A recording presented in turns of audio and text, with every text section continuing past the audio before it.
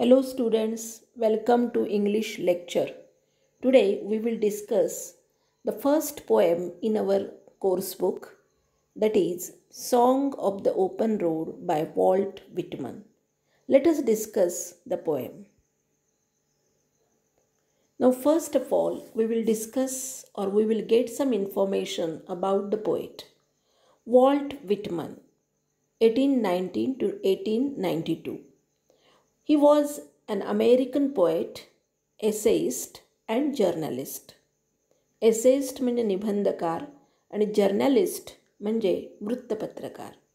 So he was an American poet, essayist and journalist.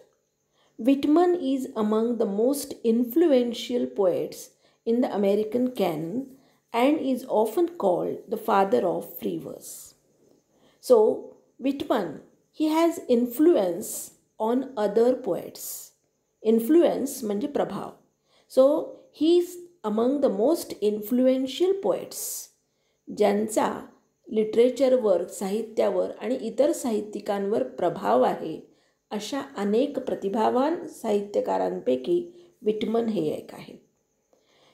And he is the father of free verse.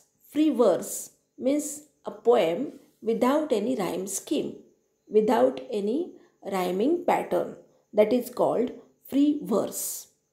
ज्या कवितेमध्ये कोणत्याही प्रकारचा एक आकृतिबंध नसतो किंवा ज्याच्यामध्ये रायमिंग स्कीम नसते, म्हणजे ज्याला आपण यमक म्हणतो असं साधलेलं नसतं, पोएट अतिशय मुक्तपणे स्वतःचे विचार मांडू शकतो, कोणत्याही प्रकारचा एक पॅटर्न त्याच्यामध्ये नसतो, त्याला म्हणायचं फ्री वर्स.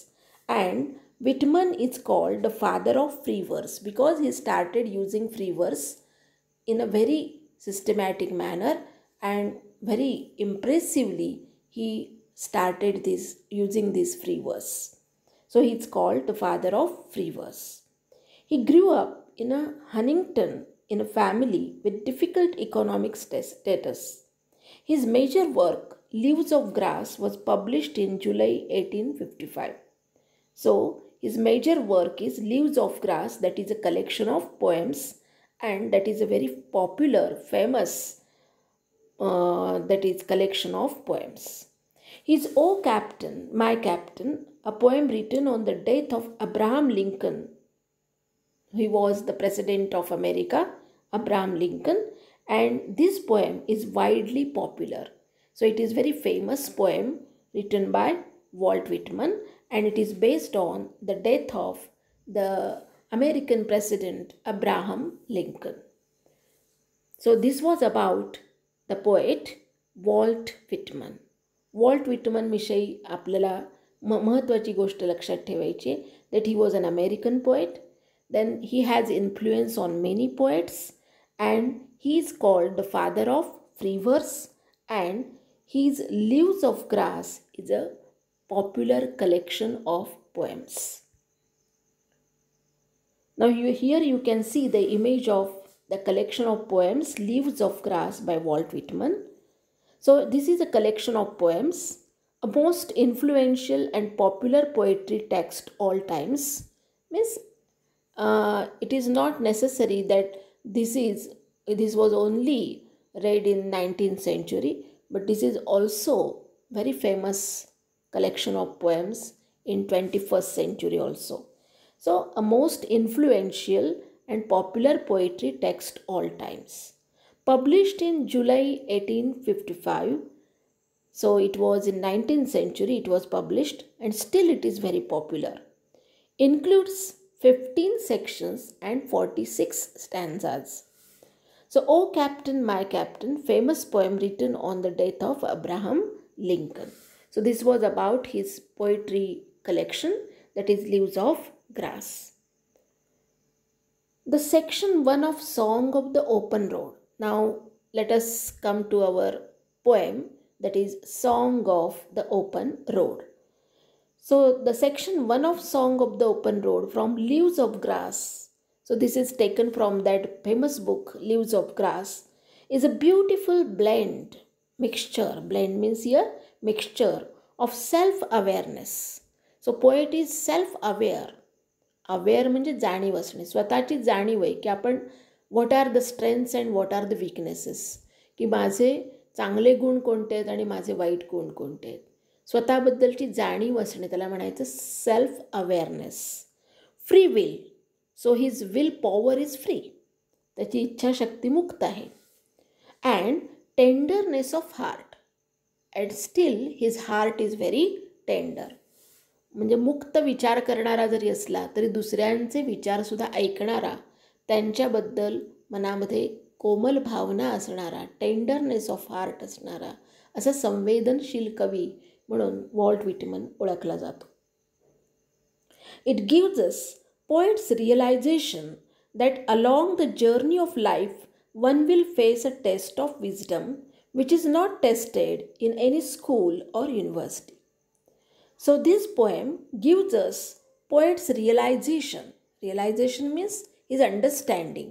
त्याला जाणीव होते किंवा त्याला कळून चुकतं that along the journey of life, so life is a journey, and along the life journey or journey of life one will face a test of wisdom. कधीतरी आपल्याला एक टेस्ट, एक परीक्षा सामोरे जावं लागणार आहे आणि त्यात आपलं शहाणपण कसाला लागणार आहे. So which is not tested in any school और युनिव्हर्सिटी. आणि हे शहाणपण हे पुस्तकी नाही आहे, कुठल्या स्कूलमध्ये शिकवलं जाणारं नाही आहे किंवा युनिव्हर्सिटीमध्ये शिकवलं जाणार नाही. This knowledge comes from the life, this knowledge comes from the experiences of life, and that's why this wisdom is very essential to lead the life successfully. So he talks about this wisdom which we get in actual life, and that's why he says that life teaches us so many things. आपल्याला जीवन खूप काही शिकवत असतं आणि जीवन हाच एक प्रवास आणि एक परीक्षा आहे. त्यामुळे आपल्याला जर सक्सेसफुल व्हायचं असेल तर आपल्याला जीवनातले प्रत्यक्ष अनुभव घेणं महत्त्वाचं आहे, पुस्तकामध्ये हे शिकवले जाणार नाहीत. So that is the realisation of the poet. आणि पोएटला हेच कळून चुकलेलं आहे. A road is something every one uses whether rich or poor, and it forces all levels of people to associate with one another. So there are so many people walking on road, we can find out. So the road belongs to no one. खरं म्हणजे कुठलाही रस्ता कुणाचाच नसतो. Whether you R poor or whether you are rich, whether you are famous or whether you are not. तुम्ही famous असा, तुम्ही popular असा, तुम्ही श्रीमंत असा, तुम्ही गरीब असा, रोड सर्वांचाच आहे. You have to walk on that road. So life is a journey and life itself is a road. So we have to walk on that whether we are rich or poor. आपल्याला सर्वांनाच, श्रीमंत असो गरीब असो, आपलं life lead करावं लागेल, आपलं लाईफ एक्सपिरियन्स करावं लागेल. So that's why it is free for all. So road is something every one uses whether rich or poor, and it forces all levels of people to associate with one another. आणि आपण एकमेकांशी संबंधित असतोच. एकदा तुम्ही त्या रस्त्यावर आला की रस्त्यावरचा प्रत्येक माणूस एकमेकांशी कनेक्टेड असतो. And that's why we are associated with. Associate असणं म्हणजे संबंधित असणं. The road signifies mobility. To signify म्हणजे महत्त्व अधोरेखित करतं किंवा महत्त्व सांगतं. Mobility, that you should stay on, you should go on. Road म्हटल्यानंतर आपल्याला चालतच राहावं लागतं. Life is a journey, so we must move on. So mobility म्हणजे मूव ऑन, पुढे चालत राहा, थांबू नका, हे तो रस्ता सांगत असतो. One can take the road as a point to start over towards something new. कोणताही रोड कुठल्या तरी नवीन डेस्टिनेशनकडे किंवा आपलं शेवटचं जे ठिकाण असतं त्याकडे जात असतो. मग लाईफमध्ये असे अनेक नवीन गोष्टी आपण करत असतो की तो रोड आपल्याला तिकडे लीड करतो. So Whitman talks about the people and places. He argues against staying in one place for too long. So we should not stay too long at particular moment or at particular place. खूप दिवस आपण एकाच ठिकाणी थांबू नये. Move on, we should move on. So that mobility should be there. आपल्यामध्ये पुढे चालत राहण्याची मूव ऑन होण्याची जी एक कपॅसिटी आहे ती असायला हवी. So he argues against staying in one place for too long although the hospitality may be true. कधीकधी आपल्याला त्या जागेचं मोह सोडत नाही, कारण तिथे आपलं स्वागत होत असतं. हॉस्पिटॅलिटी असते. हॉस्पिटॅलिटी असणं म्हणजे आगत स्वागत होणं. तर हे किंवा आपल्याला तिथे चांगल्या प्रकारची वागणूक मिळते आणि मग आपण तिथंच रमतो. तसं न करता आपल्याला मूव्ह ऑन झालं पाहिजे. म्हणजे सुख आलं आयुष्यामध्ये तर सुखच आपल्याला हवं वाटतं आणि आपण तिथंच थांबू इच्छितो. No, we should move on and we should face new challenges. So that is the message of this poem. So let us read the poem and try to understand each stanza. Afoot and light-hearted, I take to the open road. Very first line tells us the mood of the poet. Afoot and light-hearted means on foot, पायी चाललेला आहे, on foot, and light-hearted means without any tension, without any botheration. कुठल्याही प्रकारचं tension न घेता मी पायी चालण्याचा विचार केला. तो road I take to the open road, जो माझ्यासमोर मुक्त असा रस्ता आहे, फ्री आहे, ओपन आहे, सर्वांसाठी खुला आहे, अशा रस्त्यावर मी चालायला सुरुवात केली. Healthy free. How was the road? It was healthy, म्हणजे अतिशय निकोप, त्याच्यामध्ये कुठल्याही प्रकारचं वाईट काही नाही आहे, असा हेल्दी. अँड फ्री, आणि सर्वांसाठी खुला असलेला. द वर्ल्ड बिफोर मी, असं जग माझ्यासमोर आहे. So the world around you is healthy. तुमच्याकडे अतिशय सकारात्मक दृष्टीने पाहणारे, आरोग्यपूर्ण दृष्टिकोनातून पाहणारे लोक आहेत आणि असं जग माझ्यासमोर सगळीकडे पसरलेलं आहे. So healthy free, the world before me, the long brown path before me, leading where ever I choose. आणि रस्त्याचं वर्णन केलं आहे, लॉंग ब्राऊन पाथ, असा साधारण तपकिरी रंगाचा तो रस्ता आणि लांबवर पसरलेला असा रस्ता. It was leading where ever I choose, जिकडे मला जायचे तिकडे घेऊन जाणारा रस्ता. म्हणजे रस्त्याला कुठल्याही प्रकारचं असं बंधन नाही आहे की कुठल्या याच ठिकाणी तो जाईल. So this freedom the poet wants to enjoy. पोएटला हे फ्रीडम अतिशय आवडलेलं आहे की जिकडं जायचं तिकडं आपल्याला म्हणजे मनाला वाटेल तिकडे नेणारा रस्ता, असा रस्ता त्याला मिळालेला आहे. The students you should know that he is talking about the life itself is a road. So this road is road of life. आपल्या जीवनाचा हा रस्ता आहे आणि तो कसा असला पाहिजे, तर तो फ्री असला पाहिजे. कुठल्याही प्रकारचे त्याच्यामध्ये टेन्शन्स असले नाही पाहिजेत, हेल्दी असला पाहिजे आणि ओपन असला पाहिजे. असा रस्ता जर असेल तर आपल्याला जे हवं आहे, आपल्याला जे योग्य वाटतं आहे ते आपण मिळवू शकतो. असा हा जीवनाचा रस्ता हवा आहे. So the poet wants to enjoy such type of road. Henceforth, I ask not good fortune. I myself am good fortune. आता मी मुक्त आहे. I am free. So henceforth म्हणून आता यानंतर I ask not good fortune. Fortune म्हणजे luck किंवा ज्याला दैव म्हणतो आपण. So I do not ask good fortune. मी चांगल्या दैवाची वगैरे अपेक्षा करतच नाही. Because I myself am good fortune. Because it is in my hands to create my good fortune. To create my fate. To create my luck. माझं आयुष्य माझ्या हातात आहे. मी फ्री आहे. माझ्यासमोर पसरलेला तो रोड ओपन आहे. जग ओपन आहे, माझ्यासाठी खुलं आहे. मग असं असताना माझा कॉन्फिडन्स आहे की मला कोणत्याही दैवाची किंवा लकची गरज नाही, नशिबाची गरज नाही. नशीब माझ्या हातात आहे. So I myself am good fortune. मी स्वतःच एक चांगलं नशीब आहे. हेन्सफोर्थ म्हणून I whimper no more. Whimper म्हणजे कणणे.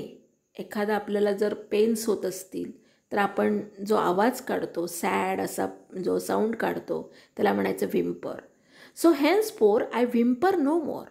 त्यामुळे मला मी कणत नाही. कुठल्याही प्रकारच्या गोष्टीवर मी रडत बसत नाही. Postpone no mower.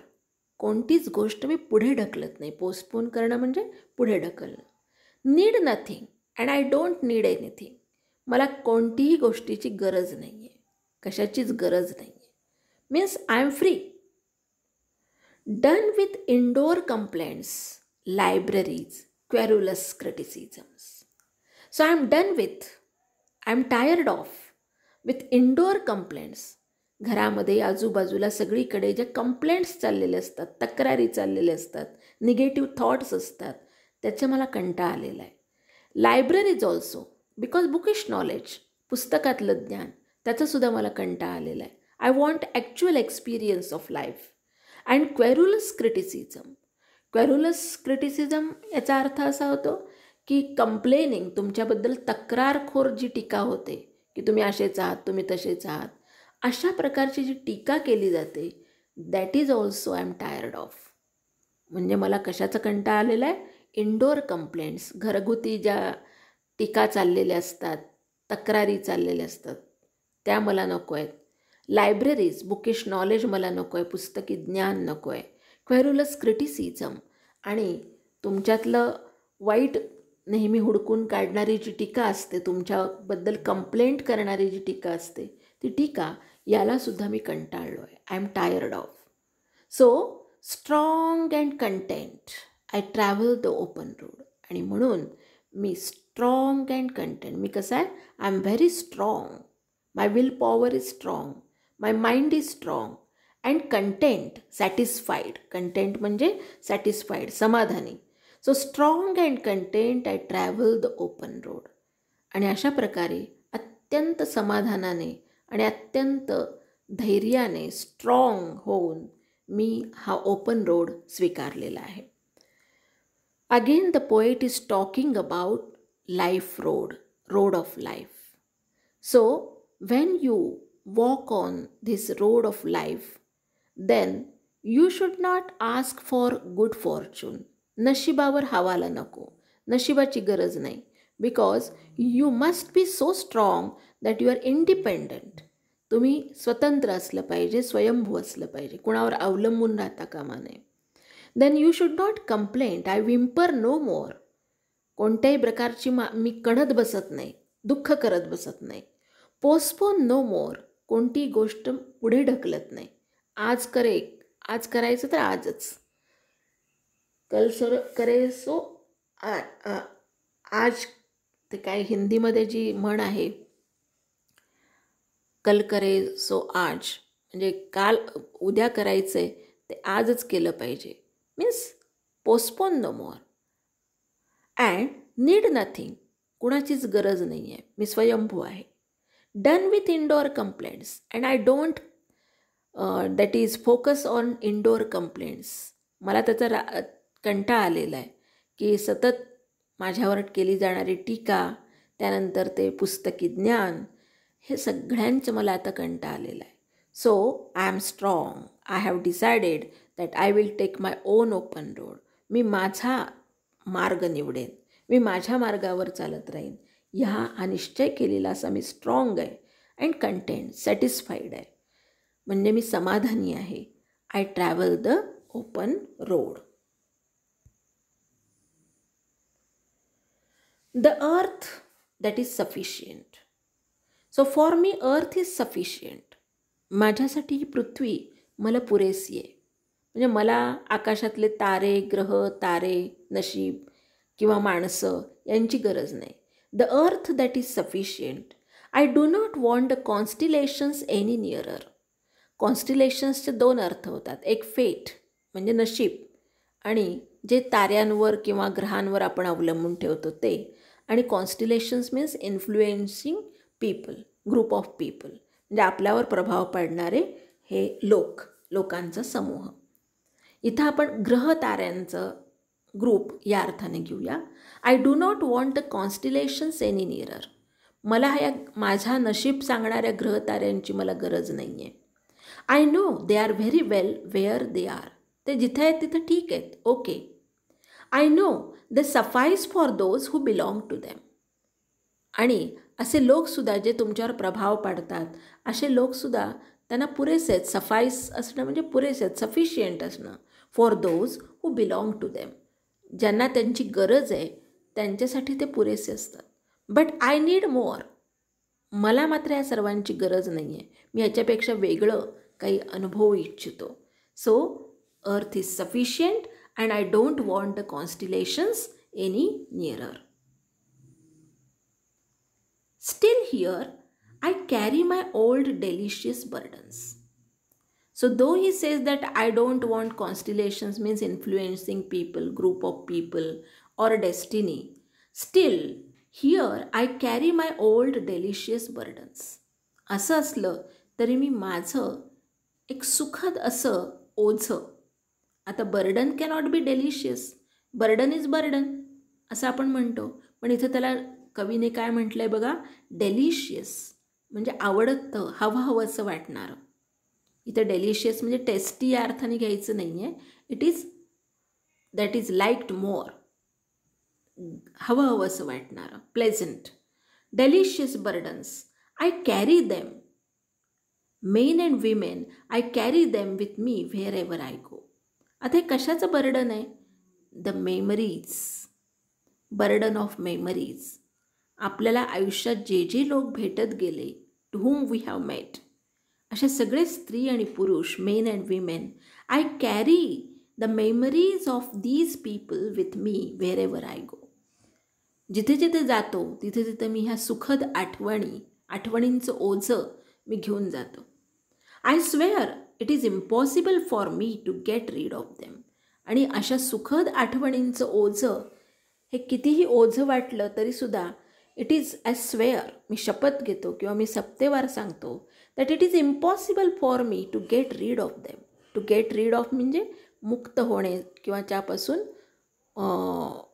मुक्त होणे. तर मी या माझ्या बर्डनपासून, जे सुखद बर्डन आहे, अशा बर्डनपासून मी कधीही मुक्त होऊ इच्छित नाही. म्हणजे ते माझ्याबरोबर नेहमी असणारच. Because sweet memories are always with us and we carry them whether they are burdensome or not. कितीही आपल्याला त्या आठवणींचं ओझं झालं तरी त्या आठवणी इतक्या सुखद असतात, डेलिशियस असतात की आपण त्या कॅरी करतोच. So I swear it is impossible for me to get rid of them. I am filled with them and I will fill them in return. मी या आठवणींनी भरून गेलो आहे आणि पुन्हा मी सुद्धा दुसऱ्यांच्या आयुष्यामध्ये अशा आठवणी पेरणार आहे. So in this way I will carry my journey with pleasant mood, with strong and content mind, openness of mind and full of freedom. And still I will have relations, good relations with my people, and I will carry the good old memories of these people with me because that is a delicious burden for me. थोडक्यात या जगामध्ये प्रवास करायचा आहे. जग हे एक प्रवास आहे, म्हणजे आपलं आयुष्य हे एक प्रवास आहे. आयुष्याचा हा एक मार्ग आहे. त्याच्यावर तुम्ही नेहमी फ्री असलं पाहिजे, ओपन हार्टेड असलं पाहिजे. कुठल्याही प्रकारचे मनामध्ये किंतु परंतु असता कामा नयेत. कुठल्याही प्रकारच्या तक्रारींना जागा नको आणि कुठल्याही प्रकारचा मिसअंडरस्टँडिंग मनामध्ये नको. फ्री माइंडेडनी, ओपन माइंडेडनी, हेल्दी माइंडेडनी आपण या जगाकडे पाहिलं पाहिजे. पॉझिटिव्हिटी असली पाहिजे आणि ती पॉझिटिव्हिटी घेऊन आपण सगळीकडे गेलं पाहिजे. असं जर असेल देन यू आर स्ट्रॉंग. मग तुम्ही स्ट्रॉंग असता आणि मग तुम्ही कशावरच अवलंबून राहत नाही. ना नशिबावर अवलंबून राहत, ना तुमच्यावर प्रभाव पाडणाऱ्या लोकांवर तुम्ही अवलंबून राहत. तुम्हाला कशाचीच गरज नाही, कारण पृथ्वी तुमची असते, हे जग तुमचं असतं आणि त्यामुळेच तुम्ही जगामध्ये भेटणारे जे सर्व लोक आहेत, ज्यांच्यामुळे तुमच्या मनात काही चांगल्या मेमरीज, काही चांगल्या आठवणी साठलेल्या आहेत, अशा सर्व जणांच्या आठवणी घेऊन, आठवणींचं ओझं घेऊन तुम्ही पुढे चालत राहता. So that is the song of the open road. Students, I hope you have understood the main subject of this poem and stanza-wise lines of this poem. I hope you will read the poem very carefully again and you try to understand the poem very well. Thank you very much.